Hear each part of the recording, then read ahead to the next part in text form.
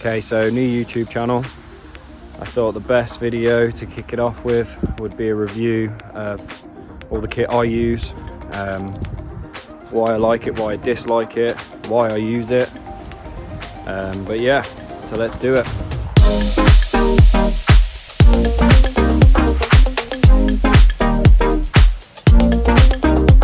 to kick us off, climbing boots. These are all round chainsaw proof Mendel Airstreams. Super lightweight, super comfy, very flexy boots. Steel toe, very lightweight. These are my second pair now. Yeah, they last about a year, and then they sort of find that the fronts start to split. But yeah, highly recommend these. Very good for climbing. Super comfy from day one. They're a fairly wide fit, so you can pretty much buy the size you are rather than going up a size, which is nice. But yeah, our second pair, these aren't actually chainsaw proof, so I guess I wouldn't recommend wearing stuff like this, but these are Solomon walking boots. Super tough boot, big heel, steel toe, very rigid.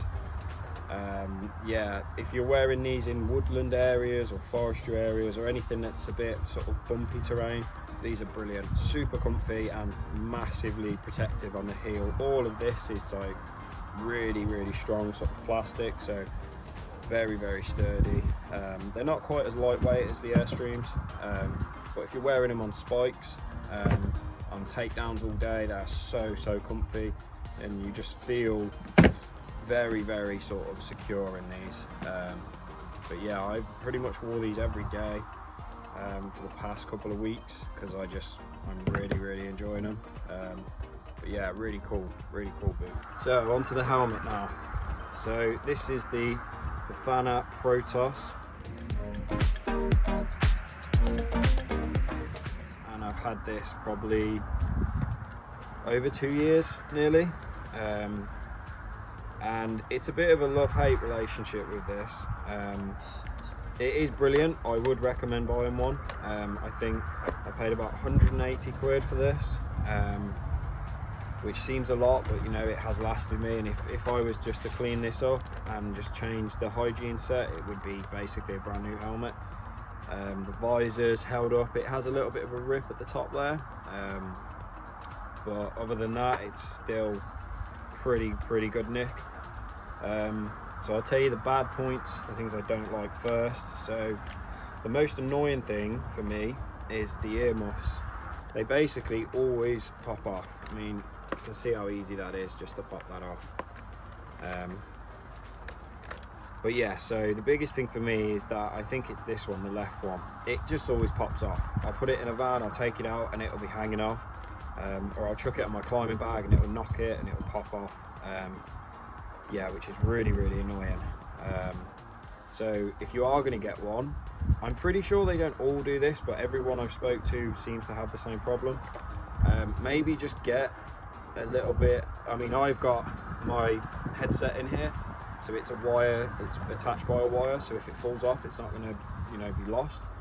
But maybe just like somehow attach a bit of throw line or a bit anything, just to attach that to the actual helmet, so if it pops off, you won't lose it. And then the second thing is the straps. So you can't, if you sort of close it up and it's wobbling about and then you come to put it on, the straps go everywhere, they tangle, you have to pop the earmuffs and then they sort of tangle around, or if that goes in there, it's just an absolute pain. And if you don't put them on with the straps nice and neat like that, and if you go to put it on and then try and do them up, they're rubbing on your chin, they won't tighten properly. So yeah, that is pretty annoying. When you get used to it, you just kind of, you know, pick the helmet up and naturally you just put the straps over the earmuffs and then chuck it on. But yeah, that's pretty much it for the bad points. Other than that, I absolutely love this. I tried a Petzl, I think it was the Vertex the other day, and I hated it. I would never ever go back to anything else. Even the Kong with a cask, yeah, they're lighter. You know, this is probably the most heavy helmet, but I think for what you get, it is very good. The back bit there squeezes it onto your head, so it's perfect fit. So even without the earmuffs on, if they're open and you're shaking your head, it will not move as long as you've got it set right, which is really nice. The earmuffs themselves, when you're climbing, there's no sort of grabbing them and trying to position them onto your head. You literally just kind of pop them like that, and you know, they will just go in, like hardly even touching them. That can be annoying sometimes if you've got them off and you're climbing about and something hits it and it pops it in, but I'd rather it be like that, so when I'm about to cut I can just tap tap, they close, and then you're good to go. The visor is pretty good. In the rain, this thing is pretty much waterproof, so you do have the vents there, so when you close them,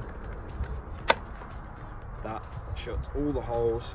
And the lip at the top, that red lip there, is actually rubber, so that creates a seal so that when it rains the water doesn't go in there. Okay, so a couple of things that I've done to this. I've put in a little motorcycle Bluetooth headset. So this was just about, I think it was about £20 off Amazon. Not expensive at all. This is the second one I've had to buy. The first one lasted me nearly 2 years. This is quite a new one. And it's literally that, and it has a wire going from there, goes under to this one, and then the charging point is just on the end. All you do is just Bluetooth your phone into there, and the earmuffs are in the actual in the headset there, and that's it. So you don't even notice it's there. This is flexible, so you can kind of tuck it out the way.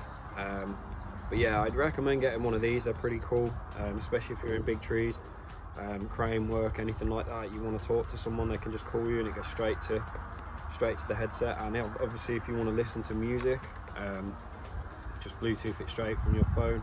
And then the second thing is obviously the GoPro. It's not actually a GoPro, it's a Kaiser Brass, sort of a cheap version, I guess. But yeah, I just mounted that at the top with a little GoPro mount. I would recommend this, definitely. I know they're expensive, so if you're not too sure that you're going to stick with tree work, maybe don't buy one of these. I know they look cool, but they do last. Okay, so onto the harness. This is the Petzl Sequoia. This is not the SRT version, but it is the 2019 version, which basically just means it's got the actual buckles. I think the D's are different on this one. The SRT version has the pull strap rather than the clipping one. A couple of bad things that I found with this is that you cannot replace a lot of the parts. So you can't replace all the padding. You can replace the bridge, that's pretty simple. You just undo this with an Allen key and then swap the bridge over. It has got space for a second bridge if you want to put one on, which is cool. Very light. Once you've kind of got it on and you're in the tree, you can't really tell that you've got a harness on it. It's really nice. It's quite small. All the bits are quite small. The bridge, I've put a Petzl swivel, which is nice. As soon as the beaner is in there, it's quite a tight fit, so it doesn't sort of wobble around like a ring, or just being on that. But yeah, that's quite nice. Again, just a little Allen key to take it off, which is quite cool. So I've got a couple of these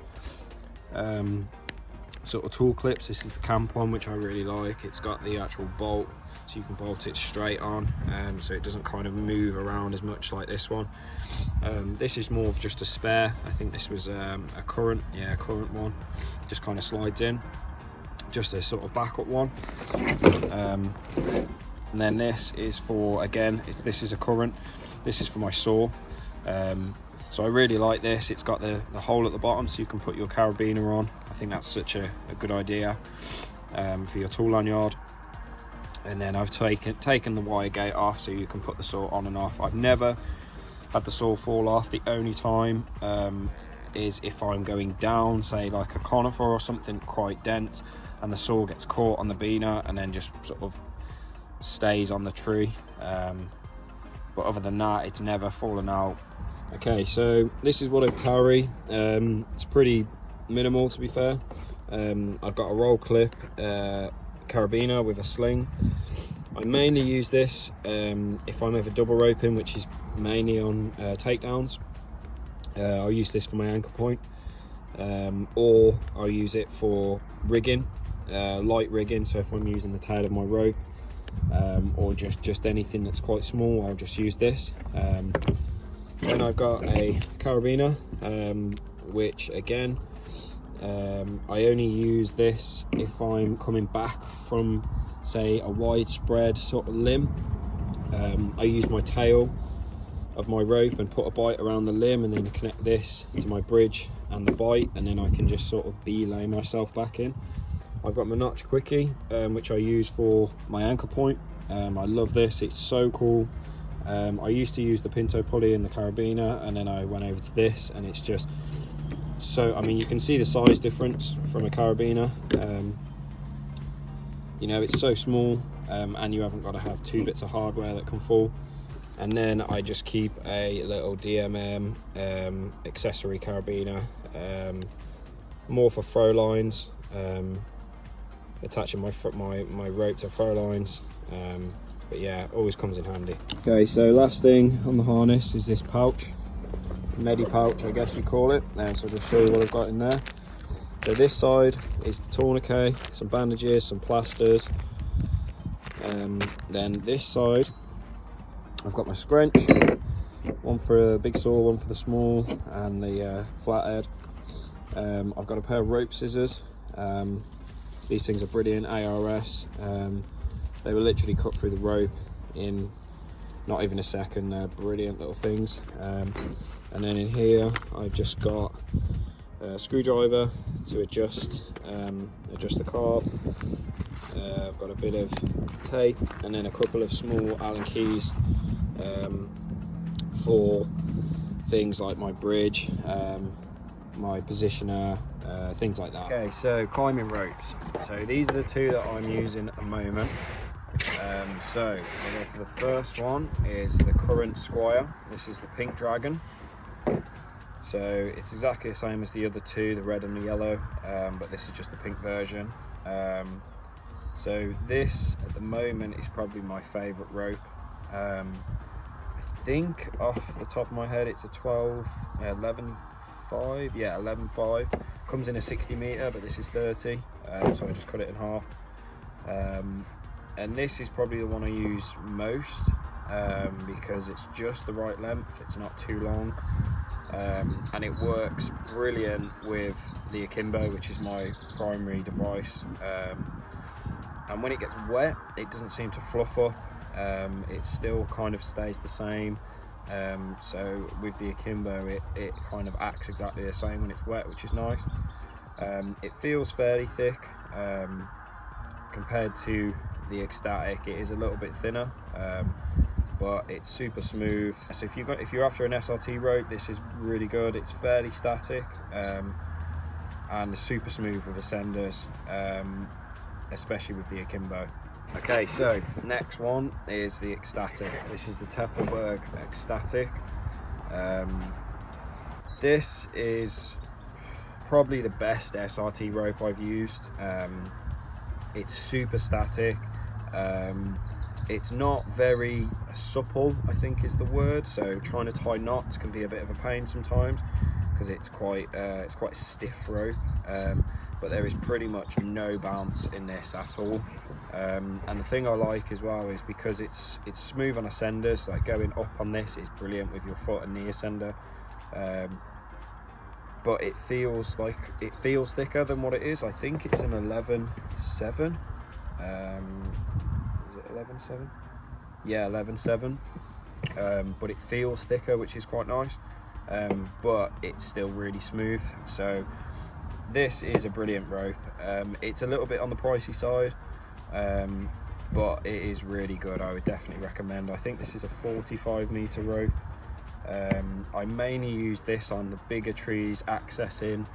I sometimes access on this and then swap over to the Squire, or I use this on double rope with the zigzag. It works really, really well.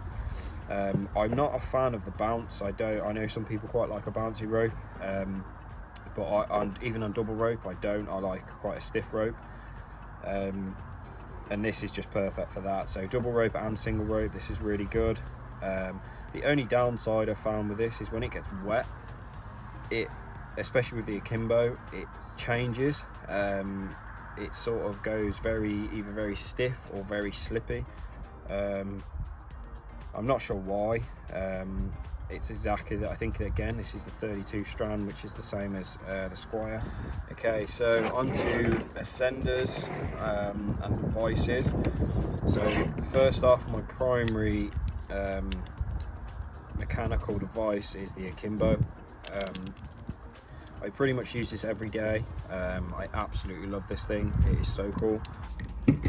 So obviously that is from your bridge to the top, and that is the size difference.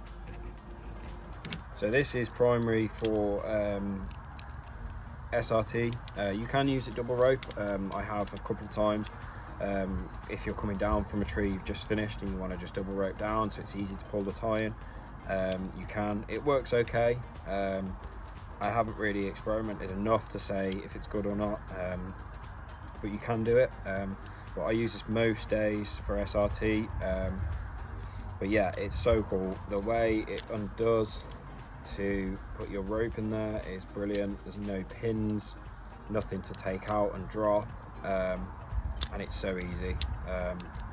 Downside to this is you can't change the 2 pins, so once it's worn, you have to just buy a new device, which is a downside. Other than that, this thing is brilliant. It's smooth. Once you get the dials in, all the adjustments, it works really well, really well. It's not too, I don't have to change it too much for the 2 ropes. I like on the Squire, I have this, so when I let go on an ascent, it does creep a little bit. I quite like that, so it's not quite jerky. But then that comes in handy when I go onto the ecstatic, because it's a bit thicker. It works fine. It doesn't do that on the ecstatic. So once you're used to how it works and on what rope, this thing is really cool. It is good. It also has a cool pin. So as you ascend, you can just whack your carabiner and it will just pop out of there, which is pretty cool.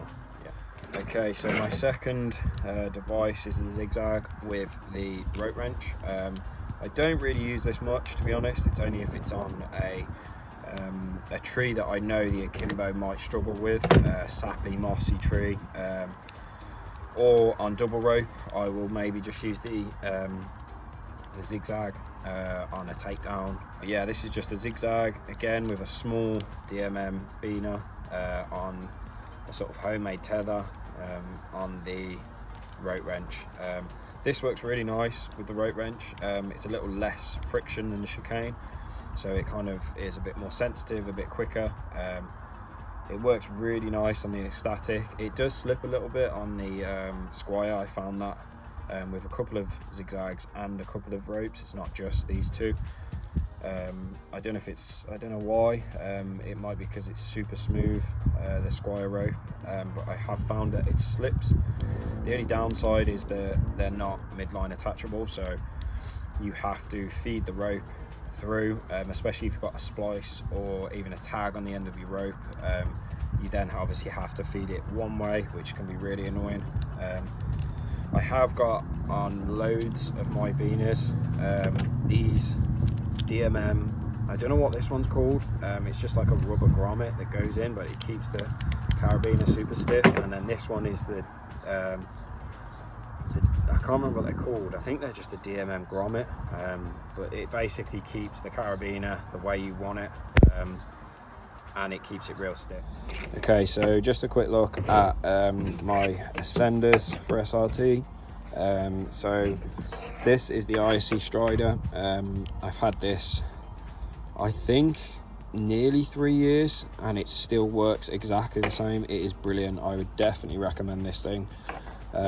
It's not the smallest, but it's not the biggest, but it is just bulletproof. It's still going strong.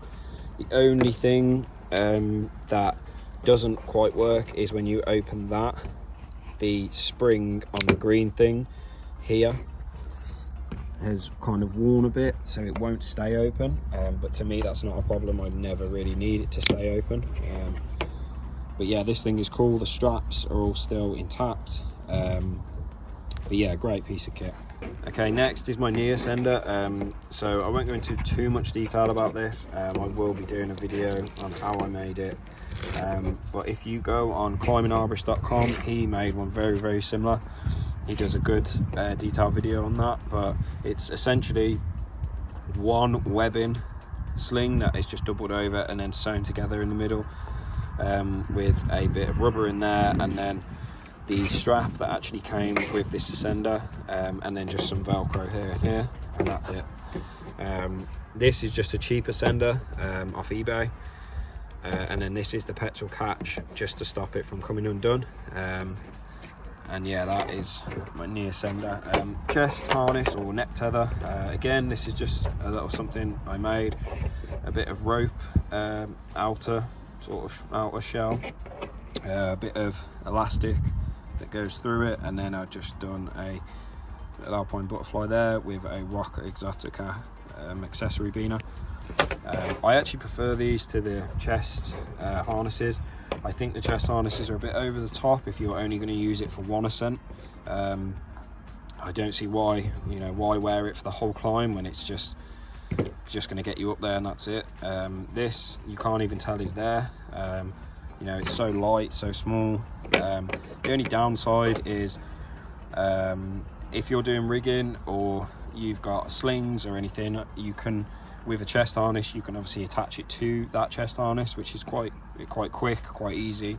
But other than that, I think these are just as good, and this cost me pretty much nothing. I had this beaner lying around, and then all this stuff I just had in the house. So that's the what I use to ascend. Okay, so just a quick one on Silkies.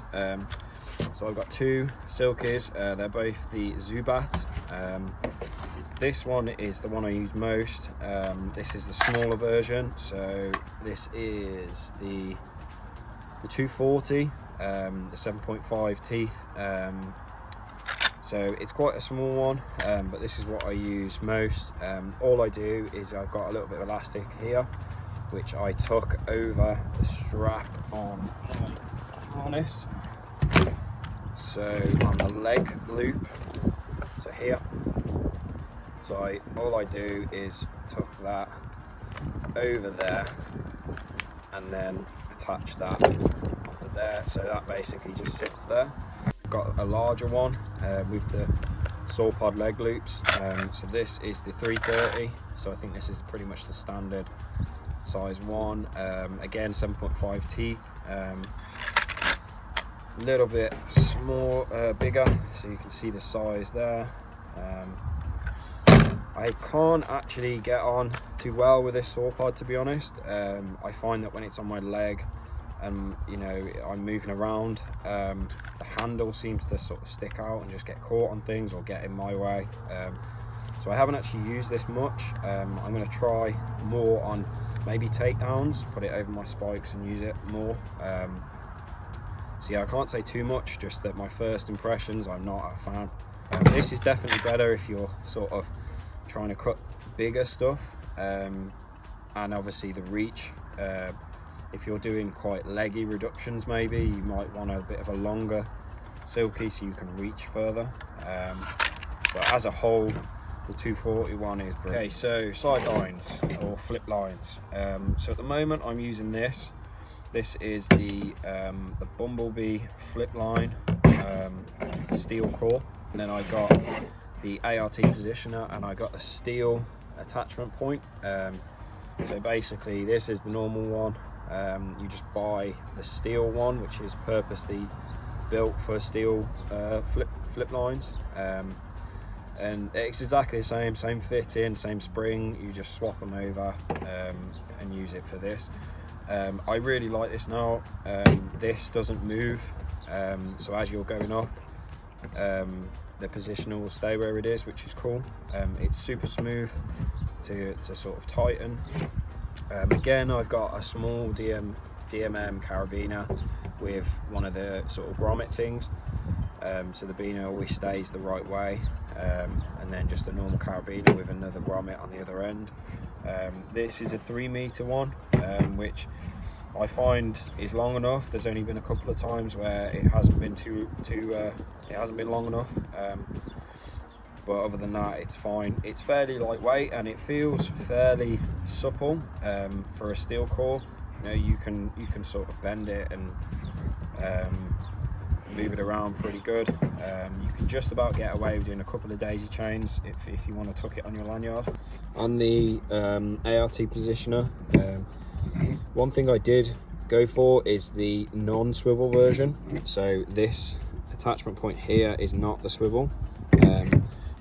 I only did that because I wanted to see if it would, basically when you go to grab your sideline, sometimes you grab the wrong side, whereas this, because it's clipped in and this cannot twist, you always know that the front one is the one you need to grab. So if you're not looking and just go to grab your sideline, you'll always grab the correct one. So yeah, I do like that. If I'm not using that, I tend to change ropes very often on lanyards, but this is what I'm using at the moment. So it's just a bit of Teffelberg Platinum, 10.5 mil, with just a knot on the end with a carabiner, and then the other side I've just kind of stitched in a wedge, just for if you ever need one. That just kind of sits on the back of my harness. This is a 5-meter length, which is fairly long for a sideline, well for me anyway, but it's so light, because it's such a small rope, it's so light. That's why I wanted to use it, and it works really well. Okay, so climbing spikes, climbing spurs, whatever you want to call them. These are mine, these are the distals. These are steel ones. These are quite old, they're quite an old version, but they're quite light for steels. They're strong, sturdy, they're still going. All I've done to these is just put an ascender on.